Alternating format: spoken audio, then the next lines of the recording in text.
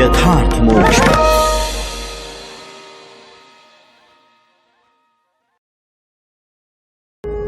यथार्थ मोक्ष प्रस्तुत कर रहा है अतुल्य संपूर्ण महाभारत। श्री महाभारतम दान धर्म पर्व 158वां अध्याय। भीष्म जी के द्वारा भगवान श्री कृष्ण की महिमा का वर्णन। पार्थ, चंद्रमा, सूर्य, ग्रह, नक्षत्र, तारा, अमावस्या, पौर्णमासी, नक्षत्र योग तथा ऋतु, इन सब की उत्पत्ति श्री कृष्ण से ही हुई है। रुद्र, आदित्य, वसु, अश्विनी कुमार, साध्य, विश्वदेव, मरुदगण, प्रजापति, देव माता अदिति और सप्तर्षि, ये सब के सब श्री कृष्ण से ही प्रकट हुए हैं। ये विश्व रूप श्री कृष्ण ही वायु रूप धारण करके संसार को चेष्टा प्रदान करते हैं। अग्नि रूप होकर सबको भस्म करते हैं और जल का रूप धारण करके जगत को डुबाते हैं और ब्रह्मा होकर संपूर्ण विश्व की सृष्टि करते हैं। ये स्वयं वेद्य स्वरूप होकर भी वेद वेद्य तत्व को जानने का प्रयत्न करते हैं। विधि रूप होकर भी विहित कर्मों का आश्रय लेते हैं। ये ही धर्म, वेद और बल में स्थित हैं। तुम ये विश्वास करो कि सारा चराचर जगत श्री कृष्ण का ही स्वरूप है। ये विश्व रूपधारी श्री कृष्ण परम ज्योतिर्मय सूर्य का रूप धारण करके पूर्व दिशा में प्रकट होते हैं, जिनकी प्रभा से सारा जगत प्रकाशित होता है। ये समस्त प्राणियों की उत्पत्ति के स्थान हैं। इन्होंने पूर्व काल में पहले जल की सृष्टि करके फिर संपूर्ण जगत को उत्पन्न किया था। ऋतु, नाना प्रकार के उत्पात, अनेकानेक अद्भुत पदार्थ, मेघ, बिजली, ऐरावत और संपूर्ण चराचर जगत की इन्हीं से उत्पत्ति हुई है। तुम इन्हीं को समस्त विश्व का आत्मा विष्णु समझो। ये विश्व के निवास स्थान और निर्गुण हैं। इन्हीं को वासुदेव, जीवभूत, संकर्षण, प्रद्युम्न और चौथा अनिरुद्ध कहते हैं। ये आत्म योनि परमात्मा सबको अपनी आज्ञा के अधीन रखते हैं। कुंती कुमार, ये देवता, असुर, मनुष्य, पितर और तिर्यक रूप से 5 प्रकार के संसार की सृष्टि करने की इच्छा रखकर पंचभूतों से युक्त जगत के प्रेरक होकर सबको अपने अधीन रखते हैं। उन्होंने ही क्रमशः पृथ्वी, जल, तेज, वायु और आकाश की सृष्टि की है। इन्होंने जरायुज आदि 4 प्रकार के प्राणियों से युक्त इस चराचर जगत की सृष्टि करके चतुर्विध भूत समुदाय और कर्म, इन 5 की बीज रूपा भूमि का निर्माण किया। ये ही आकाश स्वरूप बनकर इस पृथ्वी पर प्रचुर जल की वर्षा करते हैं। राजन, इन्होंने ही इस विश्व को उत्पन्न किया है और ये ही आत्म योनि श्री कृष्ण अपनी ही शक्ति से सबको जीवन प्रदान करते हैं। देवता, असुर, मनुष्य, लोक, ऋषि, पितर, प्रजा और संक्षेपतः संपूर्ण प्राणियों को इन्हीं से जीवन मिलता है। ये भगवान भूतनाथ ही सदा विधि पूर्वक समस्त भूतों की सृष्टि की इच्छा रखते हैं। शुभ, अशुभ और स्थावर जंगम रूप ये सारा जगत श्री कृष्ण से उत्पन्न हुआ है। इस बात पर विश्वास करो। भूत, भविष्य और वर्तमान सब श्री कृष्ण का ही स्वरूप है। ये तुम्हें अच्छी तरह समझ लेना चाहिए। प्राणियों का अंतकाल आने पर साक्षात श्री कृष्ण ही मृत्यु रूप बन जाते हैं। ये धर्म के सनातन रक्षक हैं। जो बात बीत चुकी है तथा जिसका अभी कोई पता नहीं है, वो सब श्री कृष्ण से ही प्रकट होते हैं। ये निश्चित रूप से जान लो। तीनों लोकों में जो कुछ भी उत्तम, पवित्र तथा शुभ या अशुभ वस्तु है, वो सब अचिंत्य भगवान श्री कृष्ण का ही स्वरूप है। श्री कृष्ण से भिन्न कोई वस्तु है, ऐसा सोचना अपनी विपरीत बुद्धि का ही परिचय देना है। भगवान श्री कृष्ण की ऐसी ही महिमा है, बल्कि ये इससे भी अधिक प्रभावशाली हैं। ये ही परम पुरुष अविनाशी नारायण हैं। ये ही स्थावर जंगम रूप जगत के आदि, मध्य और अंत हैं तथा संसार में जन्म लेने की इच्छा वाले प्राणियों की उत्पत्ति के कारण भी ये ही हैं। इन्हीं को अविकारी परमात्मा कहते हैं। इस प्रकार श्री महाभारत अनुशासन पर्व के अंतर्गत दान धर्म पर्व में महापुरुष महात्म्य विषयक 158वां अध्याय पूरा हुआ। 159वां अध्याय श्री कृष्ण का प्रद्युम्न को ब्राह्मणों की महिमा बताते हुए दुर्वासा के चरित्र का वर्णन करना और ये सारा प्रसंग युधिष्ठिर को सुनाना। युधिष्ठिर ने पूछा, मधुसूदन, ब्राह्मण की पूजा करने से क्या फल मिलता है, इसका आप ही वर्णन कीजिए, क्योंकि आप इस विषय को अच्छी तरह जानते हैं और मेरे पितामह भी आपको इस विषय का ज्ञाता मानते हैं।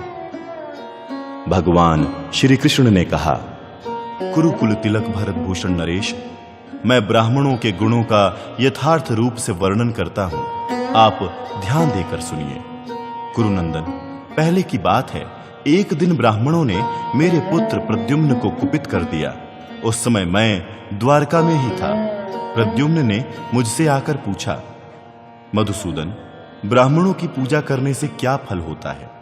इहलोक और परलोक में वो क्यों ईश्वर तुल्य माने जाते हैं? मानद, सदा ब्राह्मणों की पूजा करके मनुष्य क्या फल पाता है, ये सब मुझे स्पष्ट रूप से बताइए, क्योंकि इस विषय में मुझे महान संदेह है।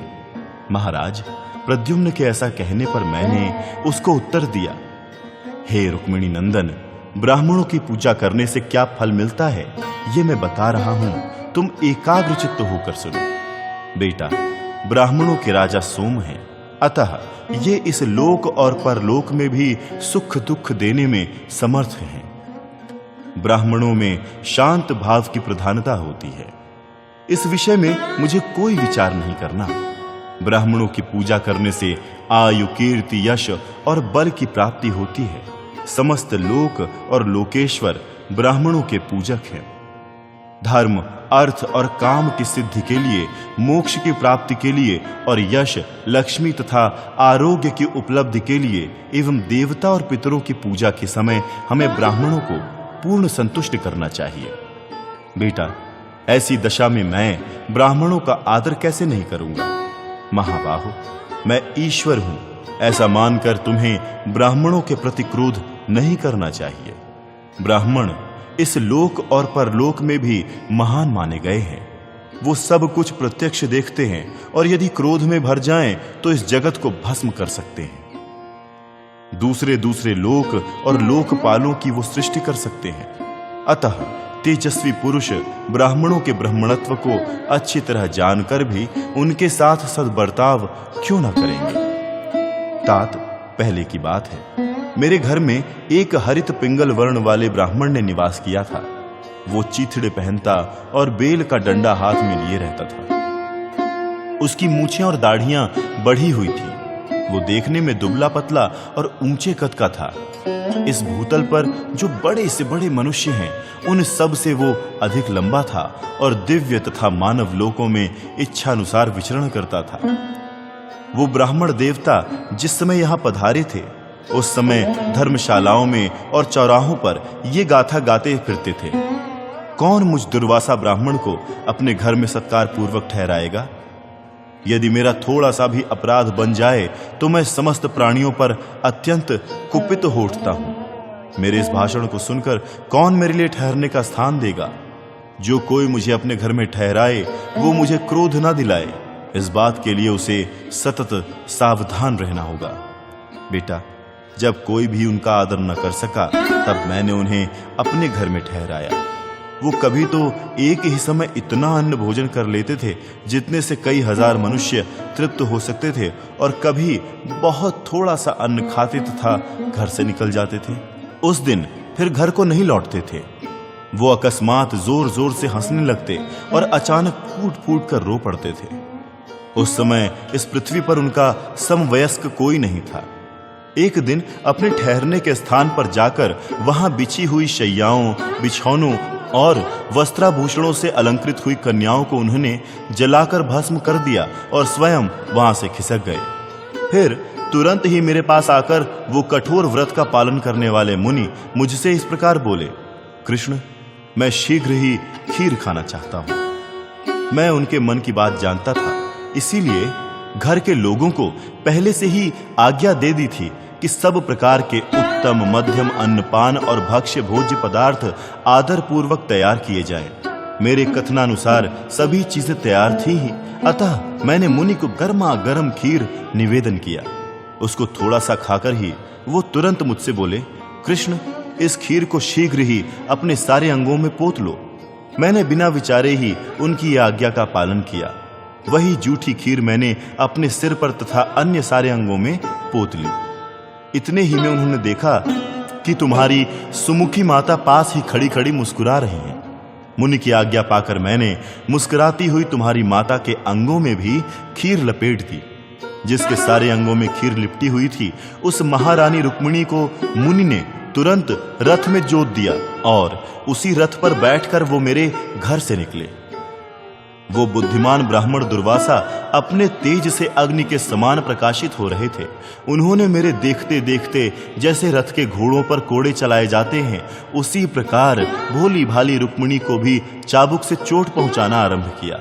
उस समय मेरे मन में थोड़ा सा भी ईर्ष्या जनित दुख नहीं हुआ। इसी अवस्था में वो महल से बाहर आकर विशाल राजमार्ग से चलने लगे। ये महान आश्चर्य की बात देखकर दशारह वंशी यादवों को बड़ा क्रोध आया। उनमें से कुछ लोग वहां आपस में इस प्रकार बात करने लगे, भाइयों, इस संसार में ब्राह्मण ही पैदा हो, दूसरा कोई वर्ण किसी तरह पैदा ना हो, अन्यथा यहां इन बाबाजी के सिवा और कौन पुरुष इस रथ पर बैठकर जीवित रह सकता था। कहते हैं विषैले सांपों का विष बड़ा तीखा होता है, परंतु ब्राह्मण उससे भी अधिक तीक्ष्ण होता है। जो ब्राह्मण रूपी विषधर सर्प से जलाया गया हो, उसके लिए इस संसार में कोई चिकित्सक नहीं है। उन दुर्धर्ष दुर्वासा के इस प्रकार रथ से यात्रा करते समय बेचारी रुक्मिणी रास्ते में लड़खड़ाकर गिर पड़ी, परंतु श्रीमान दुर्वासा मुनि इस बात को सहन ना कर सके। उन्होंने तुरंत उसे चाबुक से हाँकना शुरू कर दिया। जब वो बारंबार लड़खड़ाने लगी, तब वो और भी कुपित हो उठे और रथ से कूदकर बिना रास्ते के ही दक्षिण दिशा की ओर पैदल ही भागने लगे। इस प्रकार बिना रास्ते के ही दौड़ते हुए विप्रवर दुर्वासा के पीछे पीछे मैं उसी तरह सारे शरीर में खीर लपेटे दौड़ने लगा और बोला, भगवान प्रसन्न होइए। तब वो तेजस्वी ब्राह्मण मेरी ओर देखकर बोले, महाबाहु श्री कृष्ण, तुमने स्वभाव से ही क्रोध को जीत लिया है। उत्तम व्रतधारी गोविंद, मैंने यहां तुम्हारा कोई भी अपराध नहीं देखा है, अतः तुम पर बहुत प्रसन्न हूं। तुम मुझसे मनोवांछित कामनाएं मांग लो। तात, मेरे प्रसन्न होने का जो भावी फल है उसे विधि पूर्वक सुनो। जब तक देवताओं और मनुष्यों का अन्न में प्रेम रहेगा, तब तक जैसा अन्न के प्रति उनका भाव या आकर्षण होगा, वैसा ही तुम्हारे प्रति भी बना रहेगा। तीनों लोकों में जब तक तुम्हारी पुण्य कीर्ति रहेगी, तब तक त्रिभुवन में तुम प्रधान बने रहोगे। जनार्दन, तुम सब लोगों के परम प्रिय होगे। हे जनार्दन, तुम्हारी जो जो वस्तु मैंने तोड़ी फोड़ी जलाई या नष्ट कर दी है, वो सब तुम्हें पूर्ववत या पहले से भी अच्छी अवस्था में सुरक्षित दिखाई देगी। मधुसूदन, तुमने अपने सारे अंगों में जहां तक खीर लगाई है, वहां तक के अंगों में चोट लगने से तुम्हें मृत्यु का भय नहीं रहेगा। अच्युत, तुम जब तक चाहोगे यहां अमर बने रहोगे। परंतु ये खीर तुमने अपने पैरों के तलवों में नहीं लगाई है। बेटा, तुमने ऐसा क्यों किया? तुम्हारा ये कार्य मुझे प्रिय नहीं लगा। इस प्रकार जब उन्होंने मुझसे प्रसन्नता पूर्वक कहा, तब मैंने अपने शरीर को अद्भुत कांति से संपन्न देखा। फिर मुनि ने रुक्मिणी से भी प्रसन्नता पूर्वक कहा, शोभने, तुम संपूर्ण स्त्रियों में उत्तम यश और लोक में सर्वोत्तम कीर्ति प्राप्त करोगी। भामिनी, तुम्हें बुढ़ापा या रोग अथवा कांतिहीनता आदि दोष नहीं छू सकेंगे। तुम पवित्र सुगंध से सुवासित होकर श्री कृष्ण की आराधना करोगी। श्री कृष्ण की जो 16,000 रानियां हैं, उन सब में तुम श्रेष्ठ और पति के सालोक्य की अधिकारिणी होगी। प्रद्युम्न, तुम्हारी माता से ऐसा कहकर वो अग्नि के समान प्रज्वलित होने वाले महातेजस्वी दुर्वासा यहां से प्रस्थित होते समय फिर मुझसे बोले, केशव, ब्राह्मणों के प्रति तुम्हारी सदा ऐसी ही बुद्धि बनी रहे। प्रभावशाली पुत्र, ऐसा कहकर वो वहीं अंतर्धान हो गए। उनके अदृश्य हो जाने पर मैंने अस्पष्ट वाणी में धीरे से ये व्रत लिया कि आज से कोई ब्राह्मण मुझसे जो कुछ कहेगा वो सब मैं पूर्ण करूंगा। बेटा, ऐसी प्रतिज्ञा करके परम प्रसन्न चित्त होकर मैंने तुम्हारी माता के साथ घर में प्रवेश किया।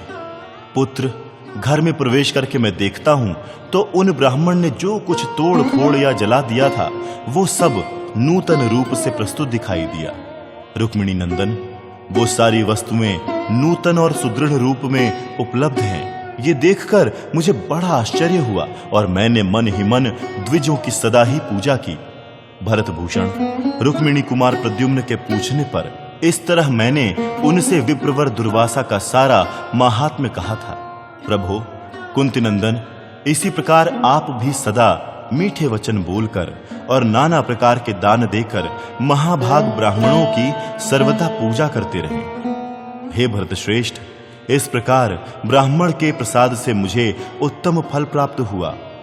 ये भीष्म जी मेरे विषय में जो कुछ कहते हैं वो सब सत्य है।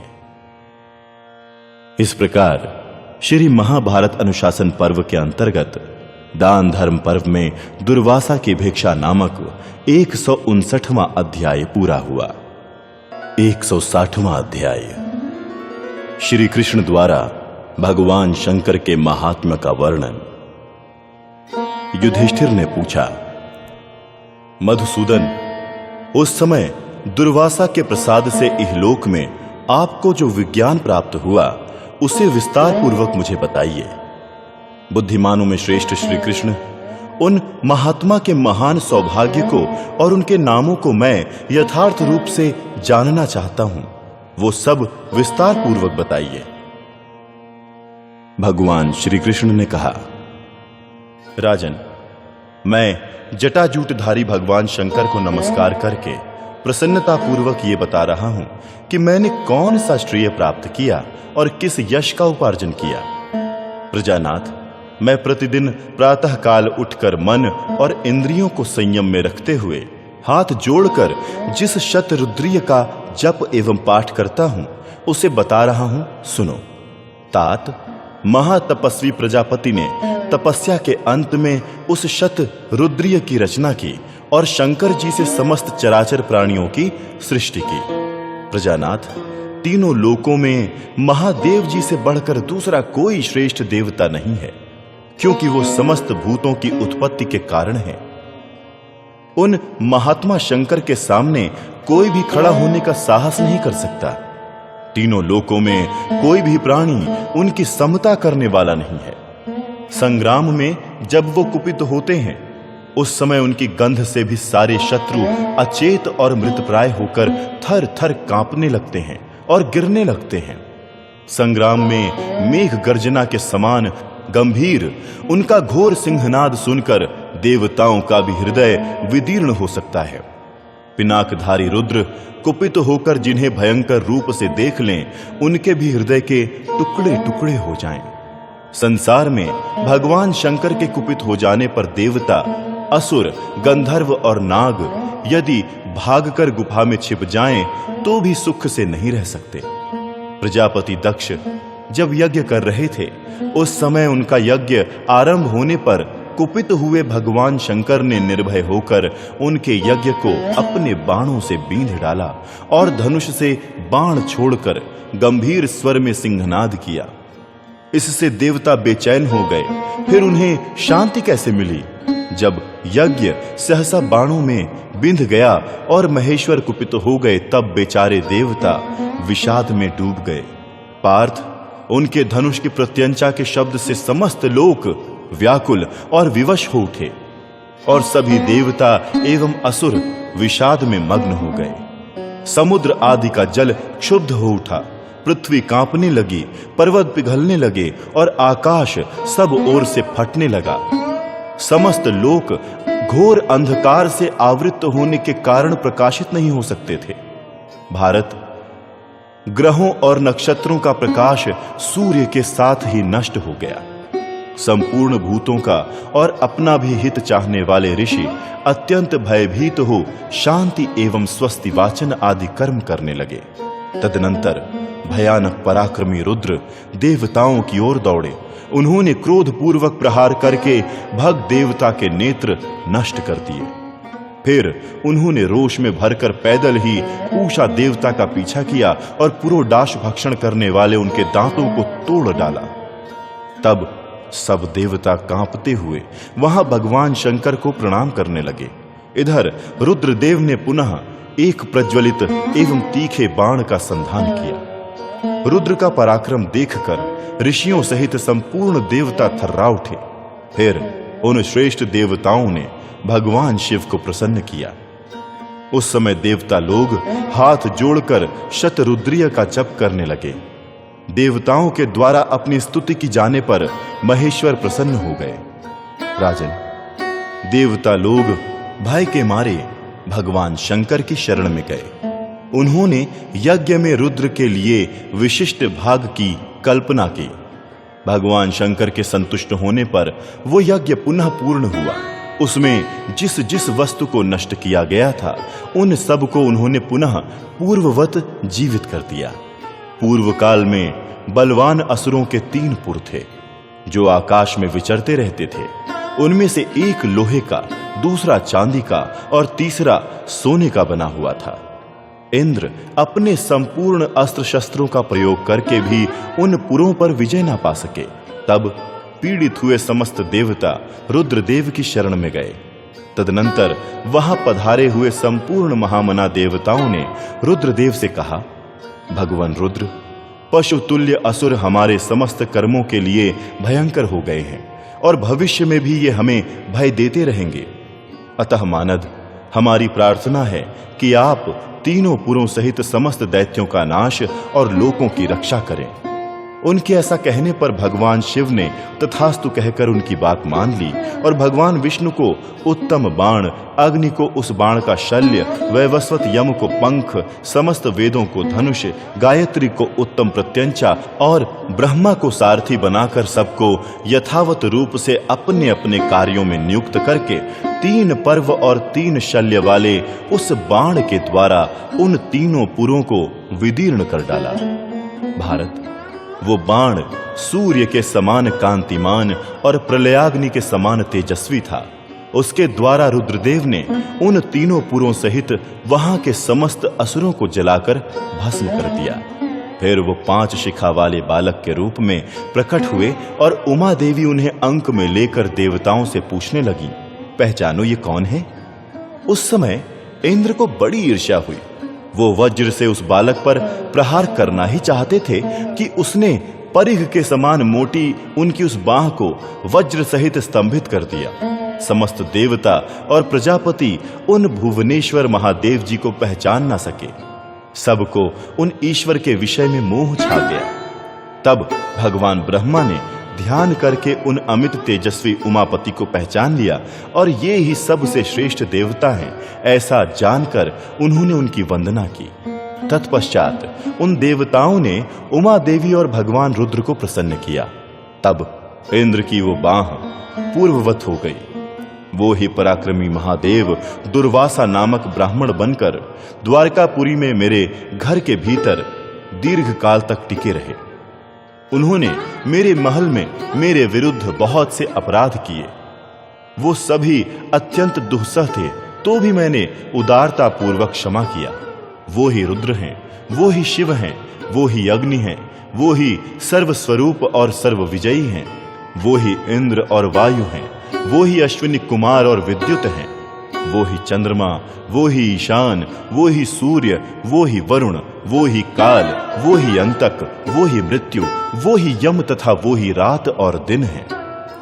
मास, पक्ष, ऋतु, संध्या और संवत्सर भी वो ही हैं। वो ही धाता, विधाता, विश्वकर्मा और सर्वज्ञ हैं। नक्षत्र, गृह, दिशा, विदिशा भी वो ही हैं। वो ही विश्वरूप, अप्रमेय आत्मा, षड्विध, ऐश्वर्य से युक्त एवं परम तेजस्वी हैं। उनके 1, 2, अनेक, 100, 1000 और लाखों रूप हैं। भगवान महादेव ऐसे प्रभावशाली हैं, बल्कि इससे भी बढ़कर हैं। सैकड़ों वर्षों में भी उनके गुणों का वर्णन नहीं किया जा सकता। इस प्रकार श्री महाभारत अनुशासन पर्व के अंतर्गत दान धर्म पर्व में ईश्वर की प्रशंसा नामक 160वां अध्याय पूरा हुआ।